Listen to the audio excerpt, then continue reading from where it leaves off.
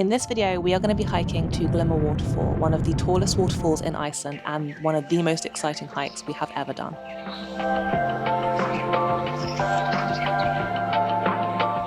The drive from Reykjavik is around an hour and 15 minutes. Once you come out of the city, you mostly follow the ring road, or then you turn off and drive along the side of the fjord. When you arrive, there's a free parking area and there are no facilities or anything like toilets or a cafe, so you need to remember to bring everything with you and take everything with you. So we've just come from the beach at Whalers, about 5 minutes down the road to the start of the Glymur Waterfall hike.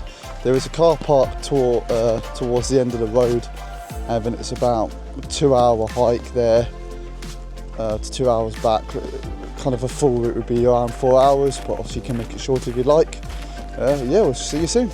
The hike literally starts from the car park. You'll pass through the gate and the incline steadily increases until you find several wonderful viewpoints over Glymur. There's one river crossing that you have to cross via a log, and then you'll hike all the way to the top, but there's a second river crossing. After that, you cross to the other side and hike all the way back to the car park.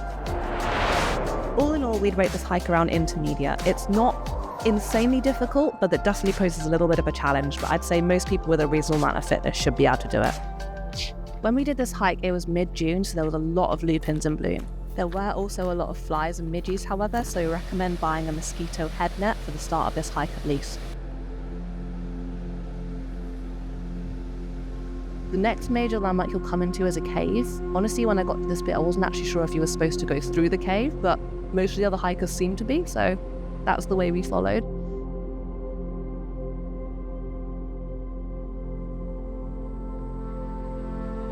After that, you'll walk along the river for a bit before you'll find the first river crossing. Now, this is over a log. Honestly, it looked a tiny bit sketchy, but it felt fairly safe when I was on it, although a few of the rocks towards the start were a little slippery, so make sure you're wearing proper hiking shoes for this one. Here's Andrew making it look easy. Honestly, he did it a hell of a lot easier than I did. After this, you'll come to a rockier section where you'll have to climb up some steeper bits. There are ropes in place so you can help yourself along, and then this is where the viewpoints start to get pretty magnificent. I mean, this is insane. There's another few smaller streams that you have to cross, a few more rope sections where you have to pull yourself up. Like this was one of the smaller streams that you have to cross. A little bit slippery, but if you find the drier rocks, then it shouldn't be too bad. This bit is one of the steeper sections of the hike, but if you keep climbing, the views are so worth it.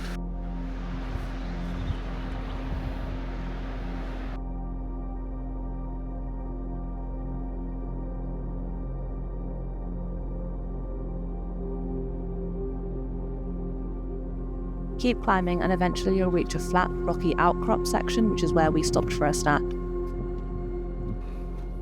The views over the valley are insane and you can see almost the entirety of Glymur Waterfall. We made it to Glymur. So I think we took around an hour to get up here. We did stop for a lot of pictures and videos along the way, so allow extra time if you like views like this. It's amazing up here. From the top you can see like snowy mountains surrounding you and like down into the valley, and obviously the waterfall itself is incredible. The next part of the hike is up a little bit further, and then we've got the second river crossing, which involves taking off our shoes to cross a big wide river. So yeah, let's crack on. Okay, so you know what I was saying at the beginning about how there were a lot of flies around the lupins? There are also so many around this river bit. This was another section where we had to keep like swatting them out of our faces, so once again a bug net would come in really handy here. Once you're on the other side of the river, we could start our descent back to the car park. It's kind of rocky here, lots of places where there was a lot of loose scree and some of the rocks were quite loose underfoot as well, but do be extra careful on the way down, because as I said, there are a lot of places where you could potentially slip.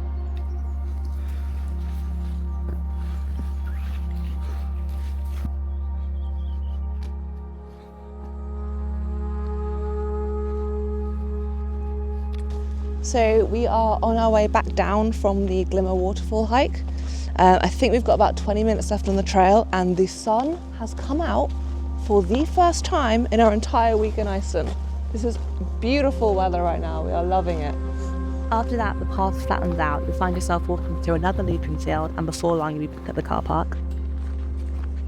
So would we recommend doing the Glymur Waterfall hike? Well, if you like water, yes, absolutely.